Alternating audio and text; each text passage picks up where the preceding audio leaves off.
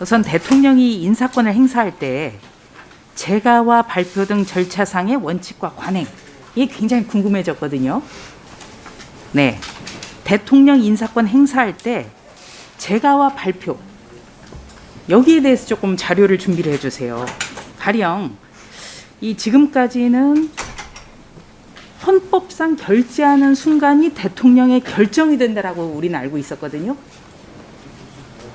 네, 다시 한번 말씀드릴게요. 자, 헌법상 결재하는 순간이 대통령의 결정이 된다, 이렇게 알고 있었어요. 왜냐하면 우리 헌법이 대통령의 국법상 행위는 문서로서 한다, 이렇게 돼 있지 않습니까? 네. 네, 헌법 82조 잘 아시잖아요. 그렇죠? 네. 그렇기 때문에 이 헌법 82조에 비춰서 대통령이 헌법상으로 결재하는 순간, 그러니까 문서로 하는 순간이 대통령의 결정이라고 알고 있었단 말이죠. 그런데 어제 대통령 비서실장이 와서 이 정부에서는 발표를 하고 결재를 한다, 이렇게 시종일관 얘기를 했습니다.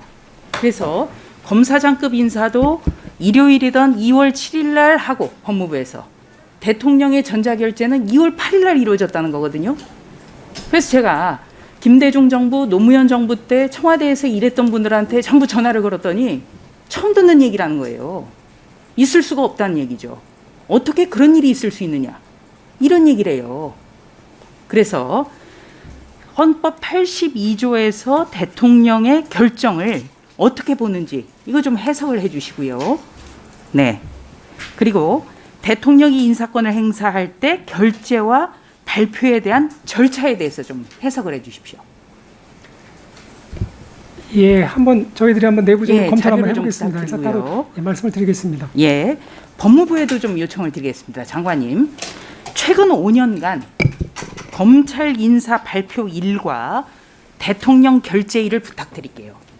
왜냐하면 유영민 대통령 비서실장이 어제 처음부터 끝까지 이야기한 것은 문재인 정부 들어서는 발표를 먼저 하고 다음에 결재를 했다는 거예요.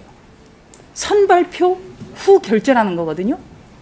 그렇다면 문재인 정부 지난 4년 동안 이 비슷한 양상이 똑같이 반복돼야 됩니다. 저희 문재인 정부 출범 때부터 검찰 인사 발표일과 대통령 결재일 자료를 좀 부탁을 드리겠습니다. 무슨 말씀인지 아시겠죠?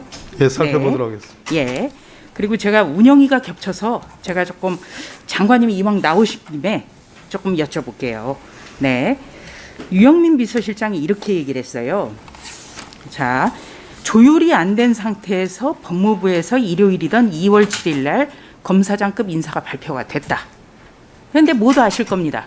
이 검사장급 인사의 요지는요, 이성윤 서울중앙지검장 유임 등, 그러니까 문재인 정부와 가깝다고 알려진 분들이 유임됐거나 요직에 기용된 인사였어요.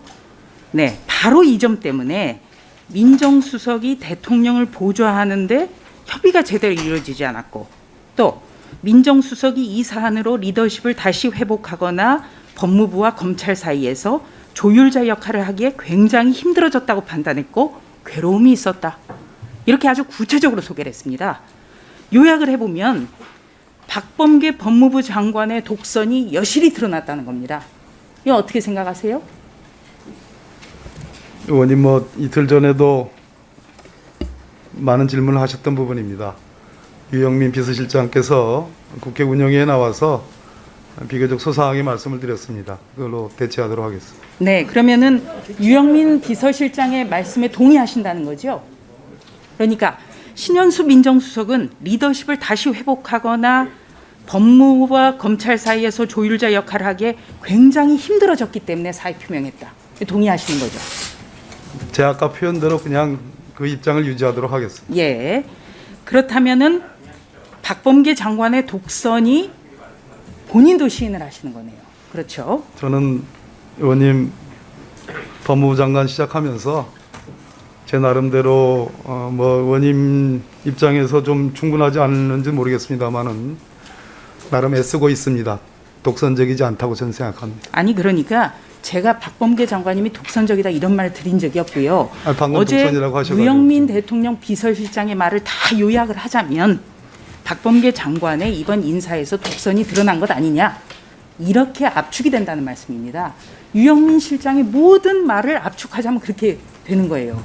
네. 전들 왜 할 말이 없겠습니까, 의원님? 그렇지만 제가 보기에는 의원님 그날 이틀 전 현안 질의 때 여러 우리 국민의힘 당의 의원님들이 뭐 많은 질문들을 하셨습니다. 오늘까지 이렇게 말씀을 하시니 저로서는 뭐 또 상세한 답변을 못 드리는 게 네. 예, 장관님 참- 이걸 여쭤보는 게요.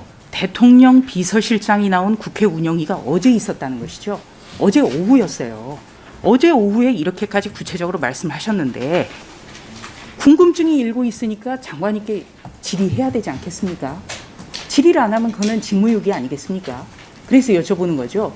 유영민 대통령 비서실장의 말이 지난번 법무부 현안 질의에 앞서서 나왔다면 오늘 질의하는 일은 아마 없었을 것입니다. 그렇죠? 동의하시죠? 네. 그리고 이 신현수 수석 사표가 수리될 수도 있다라고 얘기를 했거든요. 그렇다면 아직 현재 진행형 아니겠습니까? 의원님 네. 그리고 오늘 아침 한 보도가 있었어요. 이 아주 신현수 민정수석이 사의를 표명할 수밖에 없었던 직접적인 이유 하면서 검찰 간부의 실명까지 거론이 됐습니다. 이거 범죄 행위죠? 장관님 말씀대로라면. 핀셋으로 찍어서 검찰 인사와 관련한 보도. 범죄 행위. 여기에 의원님, 대해서 지금 제가 그날 이틀 네. 전 3일 전인가요? 현안 질의에서 말한 그 의미는 언론의 보도 행위에 대해서 얘기하는 게 아니고요. 보도가 가능케 했던 공직자의 소위 공무상 기밀을 다루는 태도에 대해서 말씀드린 겁니다. 언론에 대해서 한 것이 아니다. 그렇습니다. 네. 그런데 어제 유영민 대통령 비서실장이 나온 거는 전부 다 청와대 관계자라든지 여권 핵심 관계자라든지 전부 다 그 장관님과 친하신 여권 관계자가 아니거든요. 그건 어떻게 보세요? 지금 보도는 다 여권 관계자. 어제 지방 근무를 하루 종일 해가지고 뭐 보도를 다 보지 못했어요. 네, 마무리해 주십시오.